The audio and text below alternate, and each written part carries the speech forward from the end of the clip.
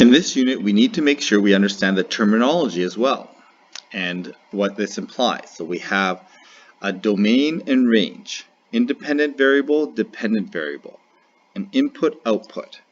Essentially, this is all our x's, this is all our y's. Okay, so we want to relate it to x, and again, some of you may already know this, but I'm just going to write this down anyways. X goes with horizontal, okay, left and right. Y goes with up and down, or vertical. Okay, so all these terms go with each other. Okay, and all these terms go with each other, right? They would connect to each other. So we need to state the domain and range, and then the other thing that we have to consider is continuous versus discrete. So the domain and range here, this is first of all discrete. So I'm just going to make sure I write that down because the data points are not connected here. Okay, so this is discrete.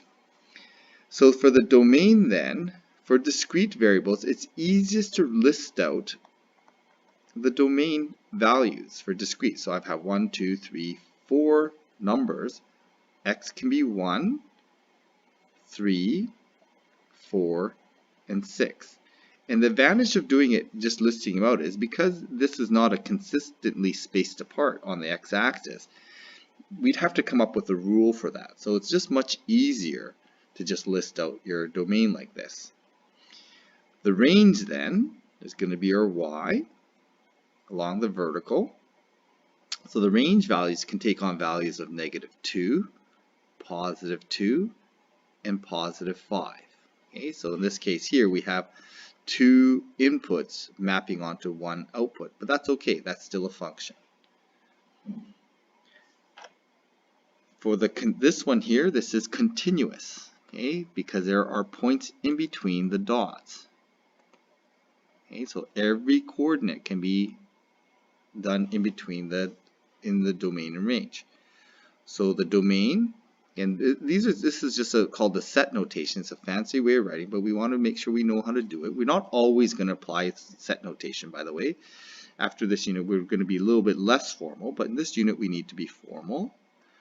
We state our variable, and we state our variable can take on values from, looks like -5 all the way to +5, but it looks like it can't include +5 because it's an open circle. So we're going to say it goes from -5 equals to +5 not equals, and it is continuous, so we need to state that x is all real numbers.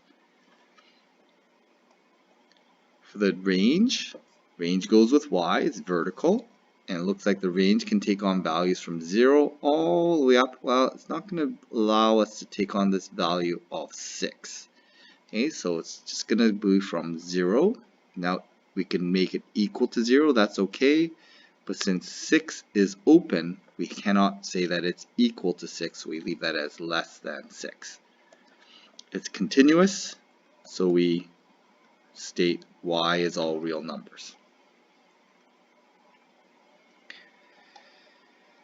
We also need to be able to interpret graphs, okay, be able to come up with graph stories.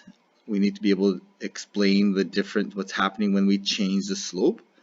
So it looks like here we have 3 different scenarios. It says here, Tom took his dog for a walk to the park. He set off slowly, and then he increased his pace. Well, if that's the case, slow means a shallow slope, and increasing the slope would be steeper. So that does not look like is what's happening here. And then at the park, Tom turned around and walked slowly back home. Well, he did definitely turn around, but it looked like he went just the same speed. Well, it's a little bit slower down here than it was here. Okay, so I think we can eliminate this one here because it's inconsistent with our graph. Okay, so here Tom rode his bike east from his home up a steep hill. Then after a while the slope eased off and he raced down the other side. I'm not too sure this is good, although this looks like the hill he'd be climbing. Notice that the the axes don't match. This is the distance from home, not how steep the hill is, or the height of the hill. Okay, so this does not seem to match either. Okay, this is trying to describe the relationship between the time and the height of the hill. Okay, so it is not really giving us the right graph. So this is a wrong relationship. Okay, it's not even relating the right things. The shape seems to be consistent, but doesn't relate the right variables, time and distance from home. So what about this one? So Tom went for a jog.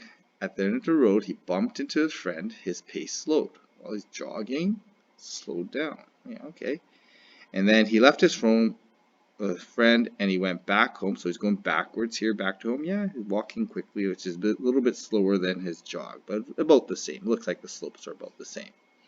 So this is definitely consistent with the graph.